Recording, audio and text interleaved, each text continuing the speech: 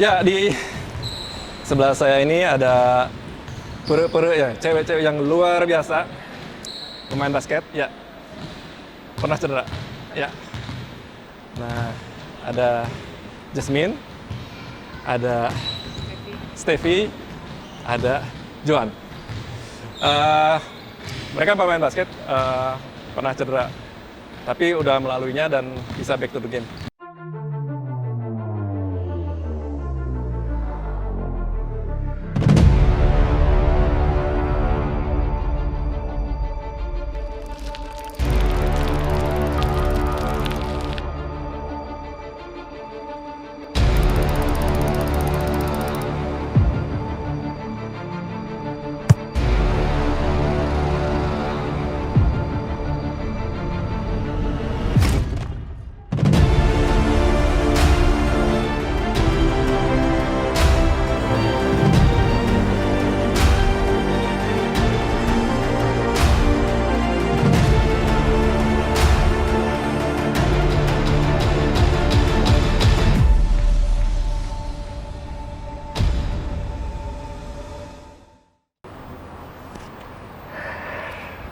Assalamualaikum warahmatullahi wabarakatuh.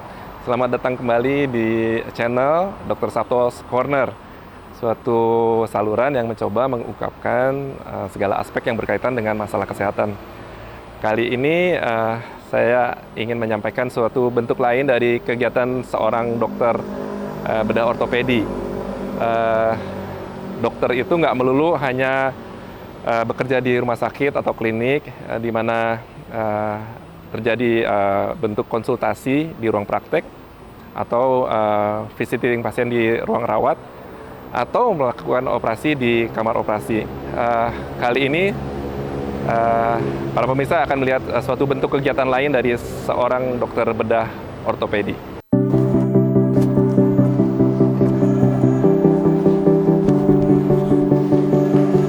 Hai semua, ini kru saya, rumah sakit.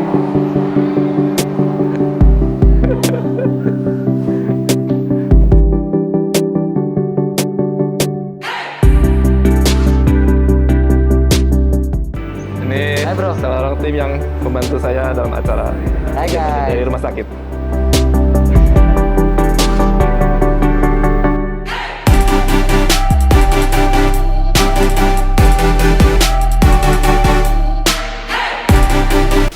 Ya, seperti yang tadi saya sampaikan bahwa kegiatan dokter tuh nggak melulu hanya melakukan konsultasi di ruang praktek atau melakukan visiting di kamar rawat atau melakukan operasi. Yang saya lakukan kali ini adalah melakukan salah satu bentuk edukasi terhadap suatu kelompok. Saya mengadop apa yang dilakukan teman-teman penyintas narkoba, di mana mantan penyintas narkoba itu melakukan pertolongan terhadap orang-orang yang sedang bermasalah dengan narkoba gitu. Nah, di sini juga gitu, para mantan-mantan yang pernah mengalami cedera olahraga dan kemudian menjalani program treatment dan akhirnya bisa back to the game, itu membantu teman-temannya yang kurang beruntung yang sedang mengalami cedera olahraga. Di situ bisa didapatkan info apa sih yang dirasakan ketika menderita cedera olahraga. Kemudian bagaimana sih cara penanganan awalnya gitu, dan kemana kemudian harus berobat. Kemudian kalau misalnya sampai harus menjalani operasi, apa saja sih yang dirasakan, dijalani, sampai akhirnya bisa kemudian back to the game, return to sport. Kebetulan di sini ada salah satu organisasi komunitas, ACL Survivor namanya, di mana salah satu bentuk cedera yang sering dialami adalah putusnya urat ACL. Nah, orang-orang yang mengalami cedera itu bisa bercerita gitu, bagaimana mereka dulu kenapa kok bisa sampai cedera, kemudian apa yang dijalani, penanganan awalnya bagaimana, kemudian bahkan sampai harus operasi dan bisa akhirnya mereka back to the game. Kami menyadari para dokter tuh waktunya cuma sedikit untuk menyampaikan ini gitu. Makanya kami butuh teman-teman untuk membantu mensosialisasikan tentang cedera olahraga ini.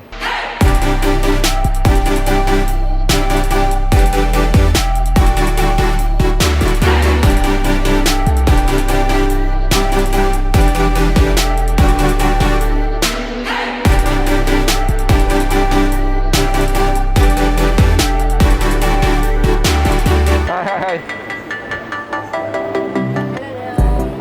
Makasih ya udah datang ya. Apa kabar?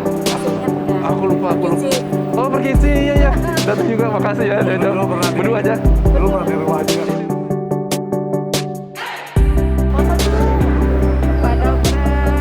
Siap. Foto.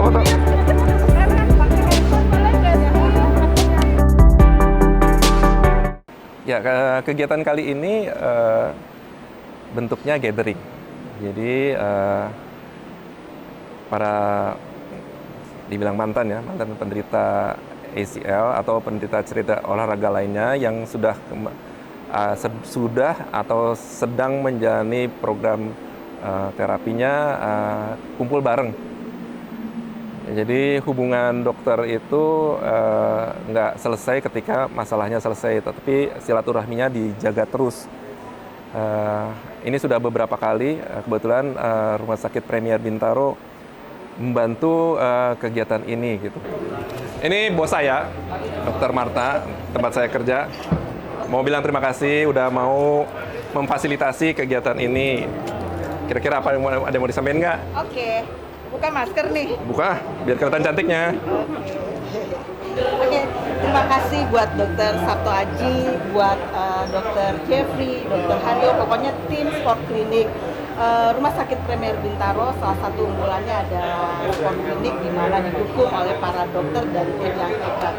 Kalau tadi Dr. Sabto bilang terima kasih, justru saya adalah orang yang paling sangat berterima kasih untuk dokter kesayanganku ini yang sudah bikin Premier Bintaro TOP BGT. Sukses terus ya, Dok. Thank you, makasih ya.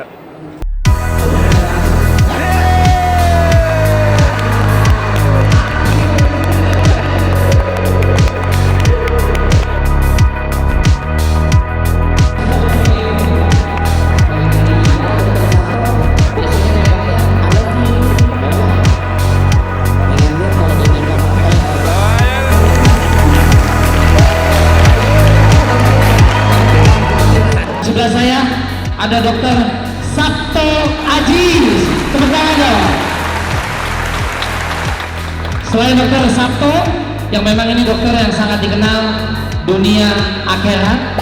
Jadi banyak sekali memang manusia mungkin ya jin yang juga sudah dioperasi dan sehat kembali. Kemudian ada Famika Michelle Garuda Indonesia dan ada Syahroni.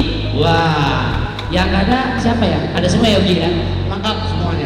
Kita mau tanya dulu sebenarnya Dokter Sabto dulu kali dok, sebelum nanti testimoni dari para atlet atau pasien. Dok, ini penanganan cedera, before afternya sampai dengan back to the game, bisa sehat kembali, percaya diri. Silakan dok, menurut dokter. Ya, terima kasih. Sebelum saya menjawab pertanyaannya, saya mau berterima kasih dulu kepada Rumah Sakit Premier yang mau memfasilitasi. Jadi kegiatan ini sebetulnya gathering antara para penderita atau penyandang cedera olahraga yang sudah atau sedang menjalani program treatment. Jadi gathering ini rutin diadakan. Riko, biasa waktu itu setiap tahun sekali, tapi karena ada pandemi baru diadakan lagi sekarang. Nah, kenapa gathering ini dirasakan perlu? Karena kami mengadop teman-teman yang pecinta narkoba. Jadi ada penderita yang sudah selesai menjalani treatment penanganan narkoba, kemudian membantu teman-temannya yang sedang mengalami masalah dengan narkoba. Nah di sini pun demikian. Jadi ada yang cedera, kemudian menjalani program pengobatan dan sembuh. Mereka ini membentuk suatu komunitas. Ya. Komunitas ini kemudian menjadi sarana buat teman-teman yang punya masalah cedera olahraga. Kita akui dokter-dokter nggak punya banyak waktu untuk menjelaskan atau bagaimana, atau kan pengalaman itu berbeda tiap-tiap orangnya gitu. Jadi kami sangat berterima kasih dengan komunitas ini sehingga bisa membantu kami para dokter untuk menjelaskan bagaimana sih sebetulnya menjalani ketika dia mengalami cedera olahraga. Itu dari apa yang kita kegiatan hari ini. Nah kalau untuk back to game, alhamdulillah secara teknologi Indonesia udah nggak kalah deh. Dulu kan ceritanya kalau ada atlet basket ya, kalau udah cedera pasti di nomor satu kata-kata yang keluar adalah Filipina. Filipina, ya. Iya. Operasi. Seluruh karena satu. Tapi alhamdulillah dengan kami para dokter ortopedi ada yang sekolah lagi memang untuk bisa melakukan operasi yang sama pada cedera-cedera pada olahraga pada umumnya gitu. Jadi secara SDM kami nggak kalah. Secara teknologi pun demikian. Pasca pemulihan pun demikian. Sehingga kita bisa melakukan itu dari orang Indonesia, warga Indonesia, dan untuk warga Indonesia. Gitu. Jadi memang sekali lagi tepuk tangan buat Dr. Sabto Adji.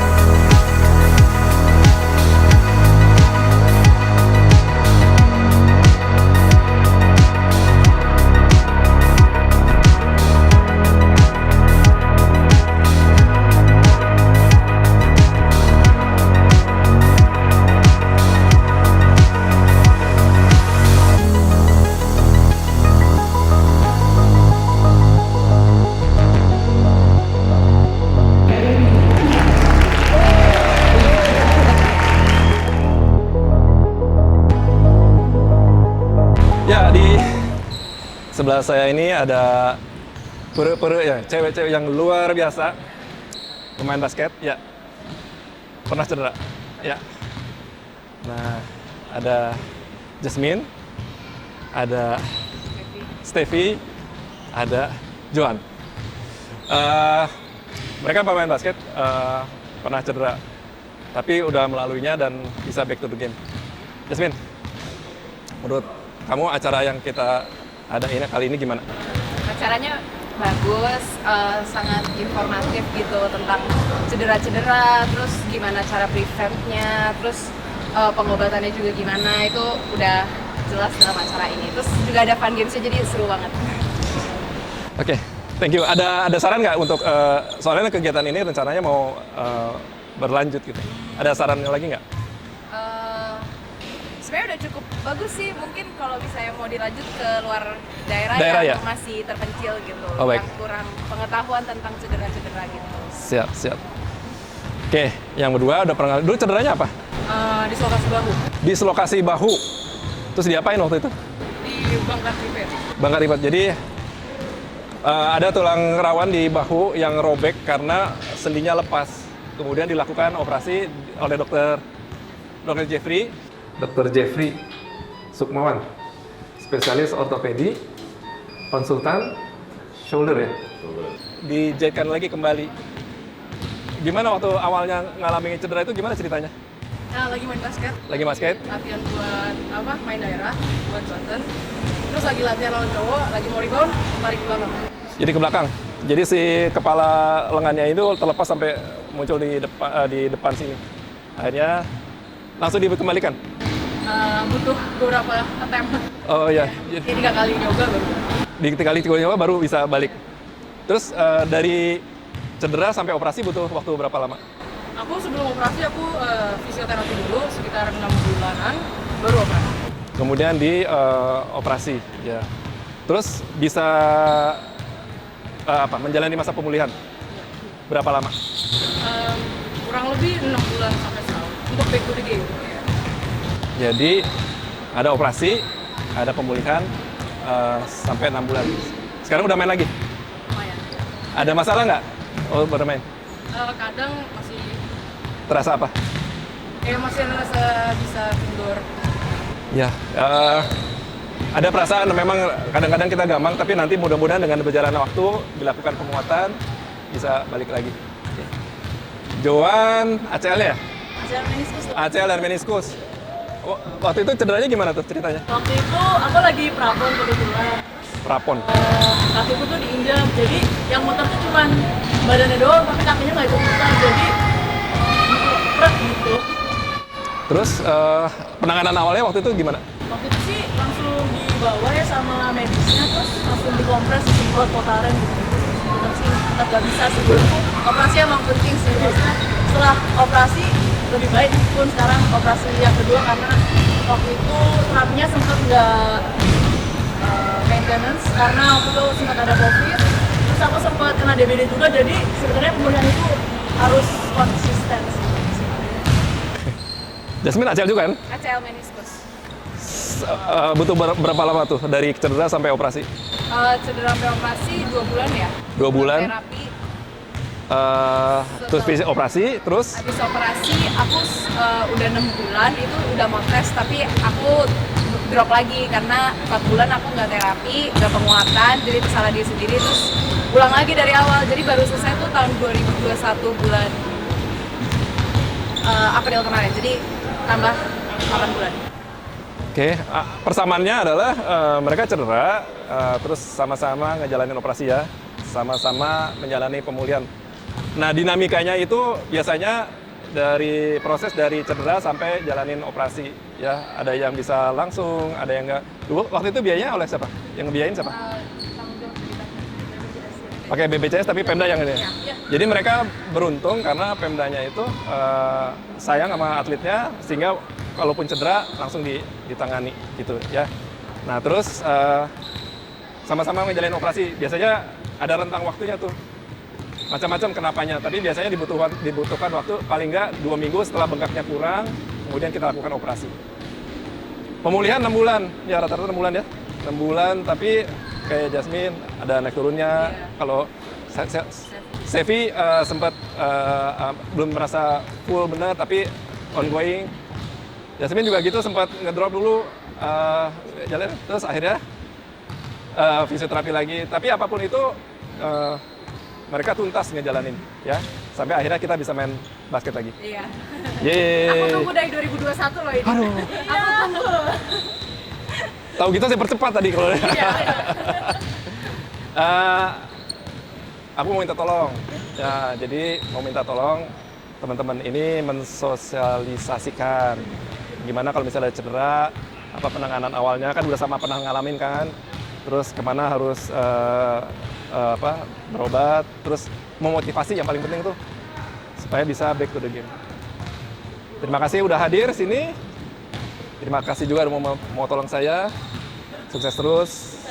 Sampai ketemu lagi. Makasih. Jangan sih, Dok. Bukan, kita ketemu. Ketemunya ini, ketemunya main basket, fun game. Enggak. Oke, sip. Makasih ya.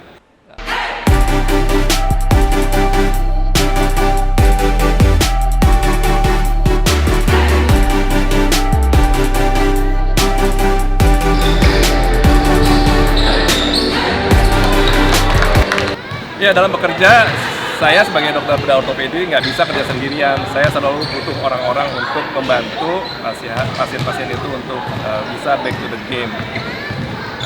Salah satunya adalah bagaimana pasien itu bisa menjalani proses pemulihan dengan baik. Yang kedua adalah saya butuh orang-orang yang pernah menjalani proses pemulihan itu, sehingga dia bisa bercerita gimana sih kalau cedera seperti ACL misalnya, atau misalnya gimana sih caranya supaya bisa ketemu dokter yang tepat, terus bagaimana menjalani proses pemulihan itu dengan cepat sehingga akhirnya bisa kembali back to the game. Untuk ini bersama saya ada orang-orang yang luar biasa. Satu Pak Indra, beliau adalah ketua PFOI, Persatuan Perhimpunan Fisioterapi Olahraga Indonesia. Yang kedua adalah Ibu Felis, salah satu penggerak komunitas ACL Indonesia. Pak Indra bisa cerita gimana sih sebetulnya awal mulanya sampai terbentuknya PFOI ini? Ya, jadi terima kasih dok. Jadi sebenarnya saya ingin mengenalkan kepada masyarakat bahwa fisioterapis itu bukan cuma untuk kondisi-kondisi stroke atau patah tulang, tetapi juga buat olahraga. Jadi pasien-pasien Dr. Sabto yang mengalami cedera, tanggung jawab kami sebagai terapi olahraga untuk mengembalikan ke olahraga dengan baik. Oleh karena itu, kami mencoba menyusun program kerja yang maksimal untuk mendukung apa yang dilakukan Dr. Sabto. Karena kami yakin operasi yang baik belum berhasil tanpa fisioterapi olahraga yang baik. Kira-kira gitu dong. Jadi ada sekolahnya lagi ya untuk itu ya? Ya, jadi kami punya beberapa pendidikan tambahan untuk menjadi fisioterapi olahraga, yaitu pelatihan A2Z dan level 1 sport fisioterapi. Setelah sertifikat itu, maka dia bisa mengklaim bahwa dia adalah seorang fisioterapi olahraga. Udah berapa lama terbentuknya? Sebenarnya udah lama, dari 2010, tapi terakhir kami mau merevisi pengurus tahun 2014 dan Dr. Sabto adalah satu penasihat kita. Jadi ternyata memang diakui lah ya penanganan cedera olahraga ini relatif baru ya Pak Indra ya. Ya. Tapi kami punya niat yang kuat untuk supaya bisa mencakup pelayanan ini dengan baik dari Aceh maupun sampai ke Papua ya. Ya betul. Jadi ada berapa yang betul. Jadi kami punya sekitar sekarang ada 150 orang fisioterapis yang tersebar di seluruh Indonesia dari mulai Aceh sampai ke Papua dan semua memiliki standar yang sama dok. Itu yang paling penting. Semua di Indonesia memiliki standar yang sama untuk penanganan cedera olahraga. Itu tujuannya. Ya, jadi kerjasama ini benar-benar sangat dibutuhkan karena kita menangani pasien yang sama. Jadi program pemulihannya dari mulai operasi sampai dia ke camp harus bisa mempunyai benang merah yang sama gitu ya Pak ya? Ya, setuju dok. Nah yang berikutnya lagi, ini seorang ibu yang luar biasa, yang salah satu penggerak dari komunitas ACL Indonesia. Gimana sih awalnya sampai terbentuk komunitas ini? Ya awalnya anak saya cedera waktu itu sekitar tahun 2016. Waktu itu saya masih buta banget, nggak tahu tuh apa itu ACL dan meniskus dan lain-lainnya itu. Saya susah deh cari tahu tentang kasus ini. Akhirnya saya waktu itu ke Pak Indra. Nah Pak Indra tuh mulai saya dapat pencerahan sedikit. Akhirnya saya ini sama Pak Indra dirujuk untuk coba ke Dr. Sabto gitu. Nah dari Dr. Sabto ini anak saya yakin banget mau operasi, padahal tadinya anak saya takut banget dengan cedera ini gitu loh. Sebelum operasi pun saya disuruh belajar sama Dr. Sabto. Saya nggak langsung disuruh ya operasi enggak. Saya disuruh belajar sampai saya paham banget waktu itu apa ini operasinya kenapa, terus pemulihannya bagaimana. Setelah saya yakin anak saya juga mau operasi, ya udah akhirnya kita ambil langkah operasi. Kita menjalani pemulihan waktu itu di tempat Pak Indra di Assalamualaikum selama 6 bulan. Nah dari pengalaman itu saya coba berbagi dengan pasien-pasien cedera lutut apa yang sudah saya alami dengan anak saya, penanganannya bagaimana. Saya bantu share gitu loh untuk para penderita cedera lutut seluruh Indonesia. Dan kami sekarang ada WA group, itu ada 8 WA group, itu hampir semuanya penuh. Jadi kami banyak bantu sharing-sharing. Misalnya di daerah mana, nanti kita coba kasih tahu, oh di sana nih ada dokternya siapa, fisioterapisnya siapa, dan mereka cukup banyak terbantu gitu loh dengan sharing dari kita gitu loh. Ya, jadi seperti yang tadi sampaikan bahwa ini model-model dulu adalah pada penderita narkoba yang membantu pasien-pasien yang sedang mengalami masalah dengan narkoba. Ini pun demikian. Jadi kalau misalnya ada cedera olahraga, mungkin ngomongnya lebih enak ya sesama korban gitu. Apa sih yang dirasakan, kemudian bagaimana apa yang dilakukan awal, terus dokter-dokter siapa saja yang bisa dihubungi seluruh Indonesia ini. Kemudian tempat fisioterapi mana yang khusus memang menangani masalah cedera olahraga ini.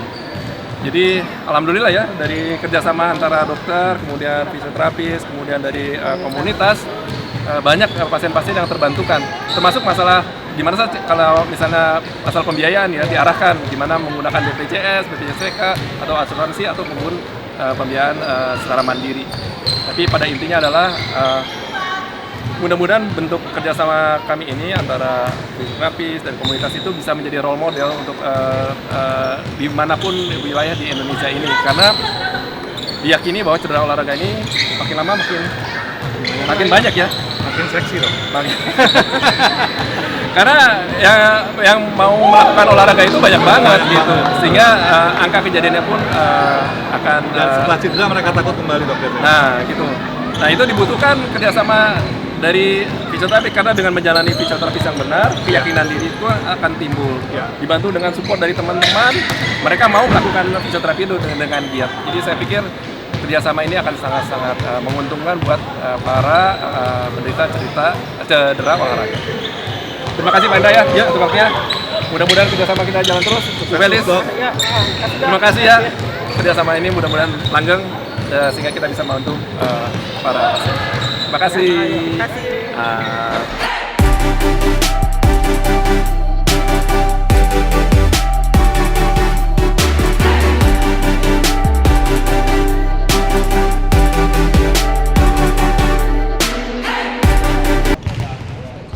Alhamdulillahirrahmanirrahim.